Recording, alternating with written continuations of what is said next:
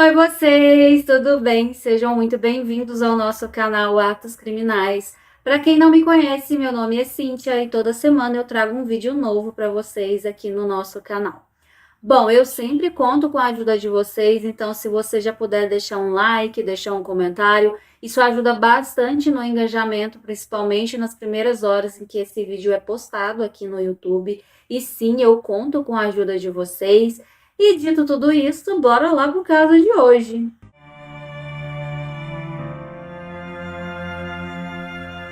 O caso de hoje é sobre Jennifer Gutierrez. Jennifer nasceu em 1982 e ela era filha de Deborah Gutierrez. Ela tinha uma irmã mais velha, cerca de 2 anos mais velha, que era a Rebecca, e eu não tenho informações sobre o pai dela. Na verdade, a mãe dela era uma mãe solteira. Em 1986, ela estava lutando para manter ali a família, cuidar das filhas, e tudo indica que ela estava conseguindo fazer isso. Ela sempre foi uma ótima mãe, ela sempre cuidou muito bem dessas meninas. E o que eu sei é que a Jéssica era uma garotinha muito fofa, ela era muito animada. Ela tinha uma personalidade um pouco diferente da Rebeca, que era sua irmã mais velha. A mãe conta que todas as noites, enquanto a Rebeca deitava na cama sozinha e se cobria para dormir, a Jéssica sempre chamava a mãe e dizia que ela queria ouvir alguma história. Então, todos os dias era certeiro isso. A mãe sentava na beira de cama de Jéssica, contava uma história até que os olhinhos da filha começassem a se fechar. Caso ela não fizesse isso, a Jéssica sempre aprontava alguma coisa, não deixava a irmã dormir. E como as duas sempre ficavam no mesmo quarto, a mãe sempre ia lá dar boa noite e contar a história para a Jéssica. Em 5 de junho de 1986 não foi diferente, essa rotina aconteceu e a mãe se lembra do último beijo que ela deu então na sua querida filha. A questão é que no dia 6 de junho, às 7 horas da manhã, a Deborah, a mãe, ela foi até o quarto das meninas. Ela, como sempre, ia acordá-las para que ela se arrumasse e ela pudesse levar essas meninas para a escola. Só que quando ela chegou no quarto, ela viu que Rebeca ainda estava na cama, toda coberta, mas a cama de Jéssica estava vazia e o edredom parecia estar estendido na cama. Ela não entendeu muito bem o que estava acontecendo, mas ela pensou que a Jéssica já havia se levantado e estaria no banheiro. Ela foi até esse banheiro, mas não encontrou a filha. Ela deu mais uma olhada e não viu nenhum sinal de Jéssica. Ela voltou então até o quarto e acordou Rebeca. Rebeca estava um pouco assustada. A mãe conta que havia no semblante da filha um horror estampado ali. Ela não entendeu o que estava acontecendo, mas ela perguntou para Rebeca onde a Jéssica estava.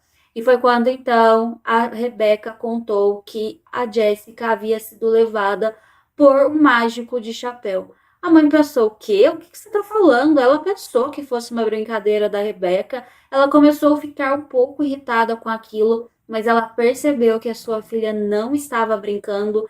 Tudo que ela estava dizendo, de certa forma, faria algum sentido, até porque a Jéssica não estava em lugar algum. Deborah ficou desesperada, ela saiu para a rua gritando, chamando a atenção dos vizinhos para que eles fossem até ali a casa ou em volta da casa ajudar a procurar pela Jéssica.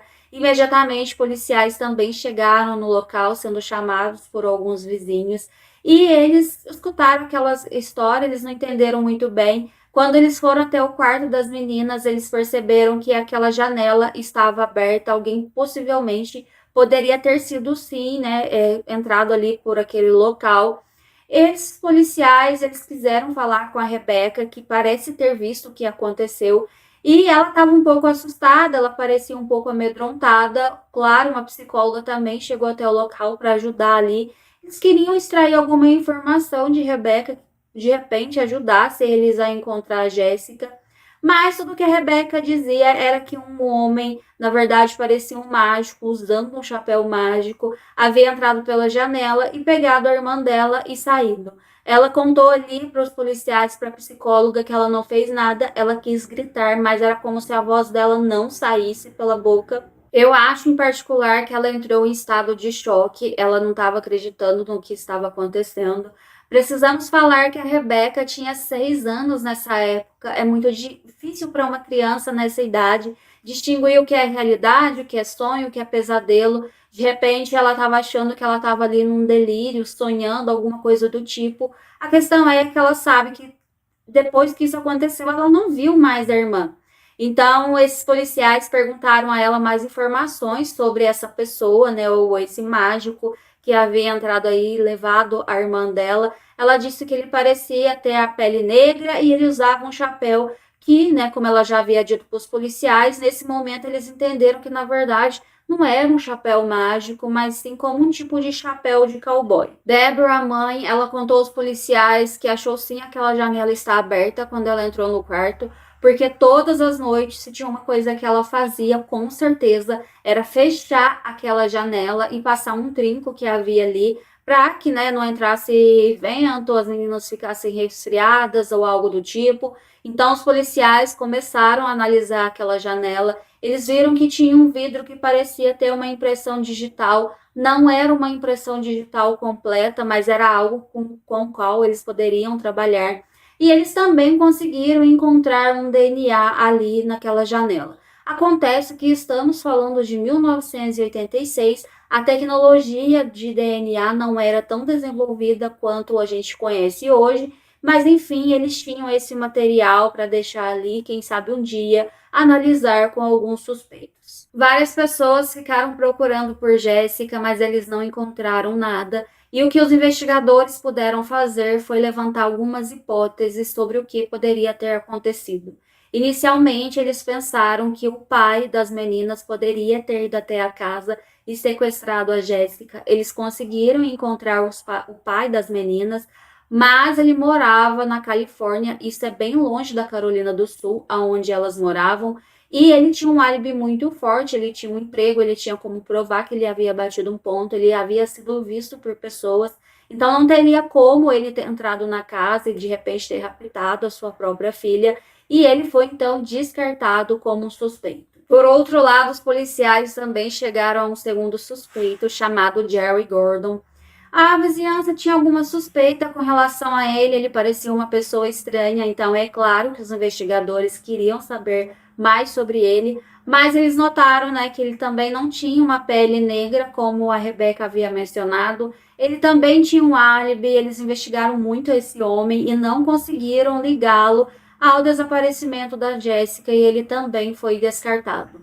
Houve também um terceiro suspeito e esse era o namorado da Deborah.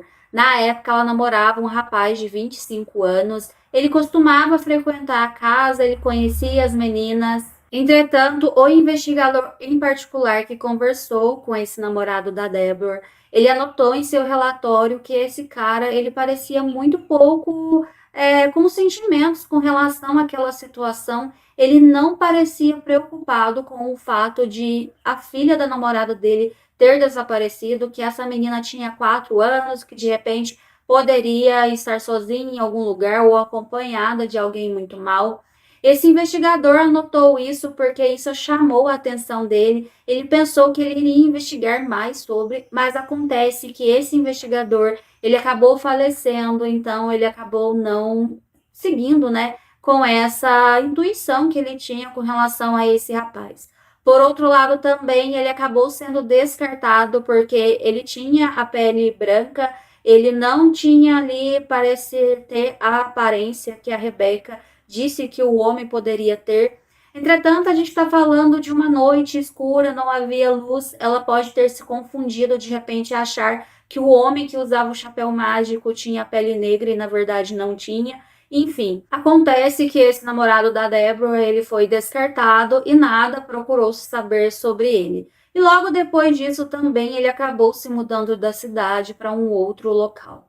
Agora imagina a Deborah, que era a mãe dessas meninas, ela estava desesperada. Eu sempre falo isso, é muito complicado quando a pessoa ela tem ali alguém querido desaparecido, porque é muito difícil você não saber o que aconteceu. Deborah conta em algumas entrevistas que ela sempre ficava pensando o que havia acontecido com a filha dela, se ela ainda estava viva, se ela estava sendo cuidada. A Jéssica era uma garotinha muito fofa, ela era muito inteligente. Será que onde ela estivesse, ela estava tendo ali todas as coisas que ela precisava? Ou será que ela estava sendo judiada por alguém, ou até mesmo ter perdido a vida? Eram muitas questões que a mãe tinha para lidar e ela entrava em choque, em desespero. Ela teve episódios ali de ansiedade, porque ela teve um caso de depressão. E é difícil, né, para a gente imaginar a posição em que essa mãe se encontrava. Todos falam que ela era uma ótima mãe, que apesar de estar sozinha, tendo que cuidar daquelas meninas, ela fazia um ótimo trabalho. Então, sim, ela sofreu muito e todos sabem sobre isso. É preciso ressaltar também, no caso da Rebeca, que ela sofreu muito durante todo esse tempo, porque ela cresceu com a angústia de saber que alguém havia levado a irmã dela na frente dela e ela simplesmente não havia feito nada. Ela conta que ela nem conseguiu gritar, porque quando ela abria a boca não saía nenhum som. Quer dizer que ela estava ali no estado realmente de trauma total. E ela também não conseguiu dar uma descrição clara para os policiais, porque ela conta que estava escuro, ela não conseguiu ver as feições daquele homem, ela não sabe como era o rosto dele, então não dava para fazer um retrato falado. Ela conta que doeu muito ela saber que ela era a única pessoa que havia visto o que aconteceu e ela não poderia fazer nada. É claro, teve pessoas que ficaram dizendo que ela era culpada do que havia acontecido, porque ela poderia ter gritado, ela poderia ter chamado alguém, mas eu acho isso uma maldade tão grande, porque as pessoas estavam culpando uma garota de 6 anos que estava ali amedrontada. Preciso dizer que muita e também pouca coisa aconteceu nesse caso até o ano de 2021, porque esse caso ele foi reaberto e fechado e sem muitas novidades com que se trabalhar. Mas acontece que o FBI ele começou uma investigação sobre rapto de crianças e o investigador de Lexington, que sabia do caso da Jéssica, ele acabou sendo chamado para ajudar nessa investigação. Então, quando ele teve essa oportunidade, ele resolveu abrir alguns casos que ele sabia que estava fechado e que não teve uma solução. Vai que de repente agora eles poderiam chegar num ponto em comum e descobrir o que aconteceu. Em particular, o caso da Jéssica tinha muitas curiosidades, principalmente aquela questão relacionada a um chapéu mágico que os policiais sabiam agora poder se tratar de um chapéu de cowboy. O investigador ele olhou para as testemunhas, olhou para os suspeitos, em particular ele bateu o olho naquele suspeito que era o namorado da Deborah na época, que era o Thomas McDonald. Ele olhou para esse cara e pensou: bom, estranho tudo isso, ele até se mudou do local depois de um tempo. Está registrado aqui em um dos relatórios dos investigadores que ele parecia uma pessoa com muito pouco sentimento em relação ao que aconteceu, ele não parecia preocupado. E ele resolveu então dar uma vasculhada ali no perfil do Thomas, ver quem era ele, o que ele estava fazendo, qual era o histórico dele, principalmente depois que ele se mudou da Carolina do Sul. Thomas se mudou para a Carolina do Norte em 1987. É sabido que ele se meteu numa confusão muito grande. Ele foi, de certa forma, violento com uma mulher. O vizinho ligou para a polícia. Essa mulher contou que se esse vizinho não tivesse ligado para a polícia, o Thomas com certeza teria chegado a vias de fato e ter tirado a vida dela. Então, ele foi até um julgamento e ele foi condenado a 27 anos de prisão.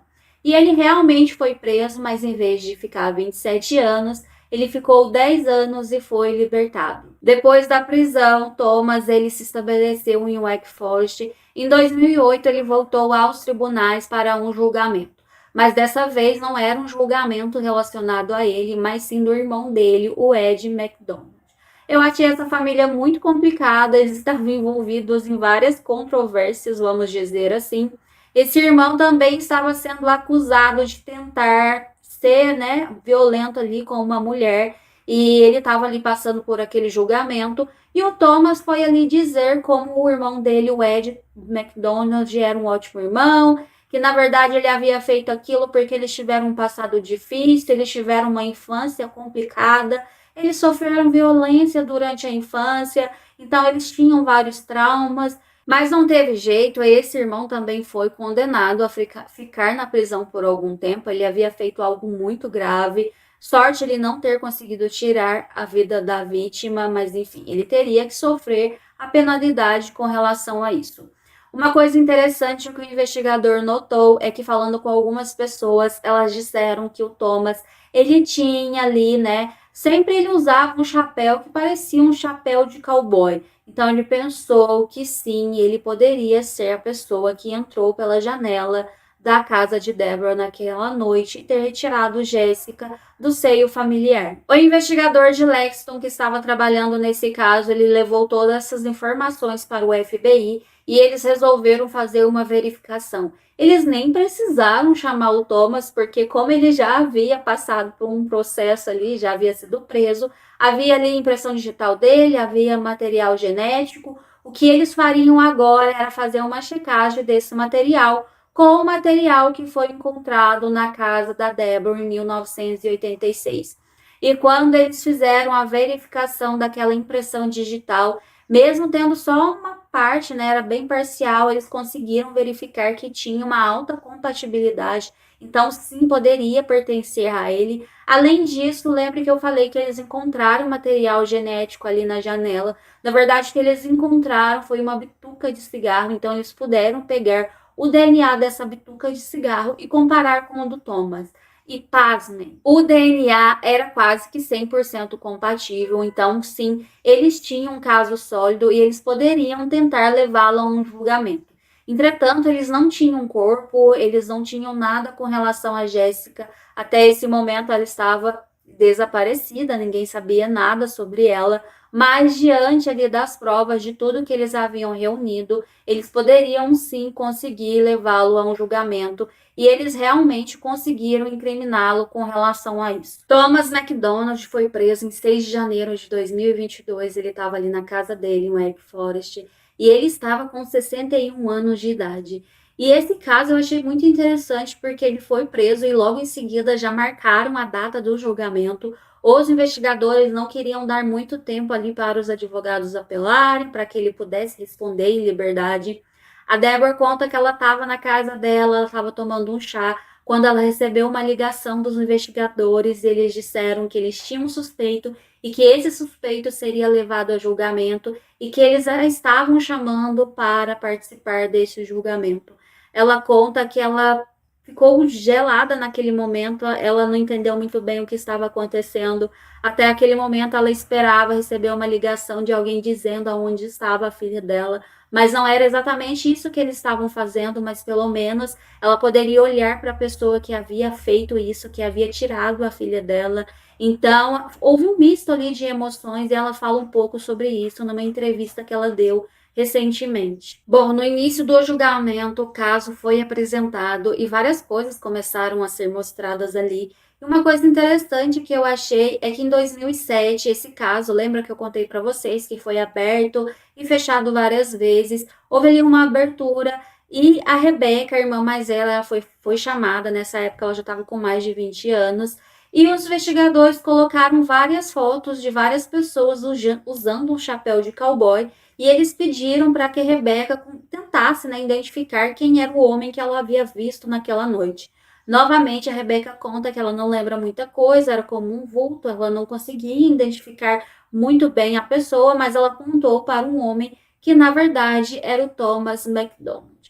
Nessa época, os investigadores tentaram levar isso mais à frente, mas acontece que o caso ele foi fechado e isso não prosseguiu. A juíza do caso agora conta que pode ser que sim, a Rebeca tenha reconhecido Thomas na época, quando ela viu aquelas fotos, porque apesar de não saber o rosto exato, como era a pessoa, ela viu o perfil daquele homem. E acontece que naquela noite era uma noite muito escura, era lua minguante, com certeza, né, era difícil para ela saber exatamente, mas diante, né, das interrogações que poderia ter com relação a isso, não era uma coisa certeira. Esse caso, ele acabou sendo fechado.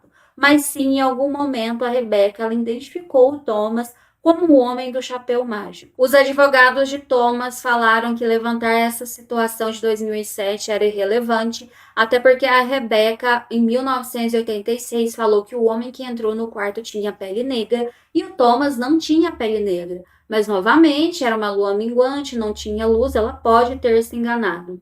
Durante o julgamento, uma ex-namorada, uma ex-parceira do Thomas apareceu ali para dar um depoimento. O nome dela era Zelda e ela contou que sim, ele era um homem violento, ele foi várias vezes violento com ela. E ela contou que uma vez ele estava contando para ela algumas histórias e contou que em algum momento ele entrou no quarto de uma menina, a raptou e depois a cortou em pedaços e que nunca mais ninguém iria ouvir falar dessa garota. Eu fico imaginando o desespero da Deborah, que era a mãe, estar ali naquele julgamento e ouvir aquelas palavras e de repente imaginar que foi aquilo que aconteceu com a filha dela. Ela conta que depois de tantos anos, em alguns momentos ela perdeu a esperança de encontrar a filha com vida, mas ela não queria ouvir esse tipo de coisa, era algo muito pesado para ela.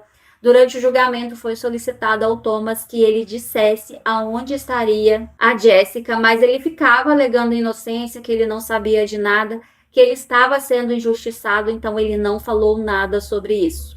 Durante o julgamento ainda, os advogados de Thomas falaram que na época ele namorava a Deborah, então com certeza eles encontraram ali uma bituca de cigarro próximo da janela, porque ele frequentava a casa. Isso não necessariamente queria dizer que ele havia raptado a Jessica. Além disso, havia sido Thomas que havia arrumado a janela da casa da Deborah. Então, sim, haveria ali impressões digitais dele, mas a Deborah conta que sim, né? O Thomas foi quem arrumou aquela janela e ele saberia como, né, abrir aquela janela por fora, desativar ali o trinco, porque como foi ele que arrumou, ele saberia como fazer isso depois. Enfim, mas não teve muito o que se fazer. Teve um júri neste julgamento e o júri demorou muito pouco tempo para deliberar e eles consideraram Thomas culpado. O promotor Alan Wilson disse então que o Thomas ele teria que, né, responder uma prisão perpétua. Ele não era capaz de continuar vivendo em sociedade porque ele era uma pessoa perigosa. Ele tinha um histórico complicado com mulheres e agora tudo indicava que ele havia tirado a vida de uma menina. E ele nem sequer disse aonde estavam os restos mortais dessa garota para que a família, né, pudesse fazer ali uma despedida e colocar, né, num lugar que eles pudessem visitar. A mãe de Deborah conta que esse desfecho foi muito triste, apesar dela saber que a filha poderia não estar mais com vida, ter certeza disso foi complicado, mas ao mesmo tempo foi um desfecho, porque por muitos anos ela ficou se perguntando o que havia acontecido. Essa mulher lutou bastante. Esse caso foi aberto e fechado várias vezes, como eu disse. Isso porque ela ficava insistindo para o caso ser reaberto. Ela ficava ali acompanhando todas as coisas. E quando o caso era fechado, ela continuava pegando no pé dos investigadores para que eles pudessem fazer algo mais. Com relação a Rebecca, que era irmã da Jéssica, vocês podem dizer assim: ah, ela conhecia o Thomas, era o namorado da mãe dela, ela poderia tê-lo reconhecido. Acontece que realmente era uma noite muito escura, o que ela viu foi um vulto, ela só conseguiu ver ali um chapéu de cowboy. Nesse lugar que elas moravam, né, havia muitas pessoas que usavam chapéu, que tinham o mesmo perfil do Thomas, então ela não conseguiu reconhecer. Ela conta que por muitos anos ela ficou se sentindo culpada, ela ainda se sente de certa forma. Ela faz terapia porque é algo que ela não consegue lidar. Ela fica pensando ainda, né, que ela poderia ter feito algo e ela não fez. Mas enfim, é muito difícil. Ela só era uma garotinha de 6 anos, ela também era uma criança. E acredito que ela entrou em estado de choque porque ela também pensou que poderia ser levada. E ela ficou ali, né, totalmente sem saber o que fazer. Eu não sei como é esse sentimento, mas eu já tive situações em que eu fiquei assim paralisada. Foi uma vez que eu fui assaltada. Eu não tive nenhuma reação, por sorte eu estava com um amigo, eu fiquei parada ali em estado de choque. Realmente, quando você está diante de uma situação que aquilo te paralisa, você não tem nenhuma reação. Então, eu acho que mais ou menos isso que aconteceu com ela é bem plausível e ela era só uma criança. Bom, me conte o que vocês acharam desse caso. Eu achei muito triste. Eu sempre acho muito complicado casos com crianças, né? A gente não sabe exatamente o que aconteceu depois que ela foi levada da casa, mas enfim, esse cara era um doente. É muito triste, né? Enfim, não quero nem imaginar. Mas que bom que em algum momento a justiça foi feita e ele foi levado para a prisão, onde ele já deveria estar há anos. Esse caso ele ficou conhecido agora recentemente por causa do julgamento, né? Um caso que demorou muito para ser resolvido. Enfim, eu resolvi trazer esse caso para vocês. Deixem aqui a opinião de vocês, o que vocês acham. Eu gosto muito de ler os comentários de vocês. Acho muito interessante, principalmente quando vocês trazem alguns apontamentos e questionamentos que eu não consegui fazer durante o vídeo, então isso acaba enriquecendo bastante aqui o trabalho do canal. Bom, eu desejo a vocês um ótimo final de semana. Desejo a vocês também um ano novo, lindo, próspero, com muita saúde. Que todos nós possamos passar junto todas as semanas aqui em Casos Novos. Eu conto sempre com a presença de vocês. Sintam-se todos abraçados por mim. Um grande abraço e até semana que vem.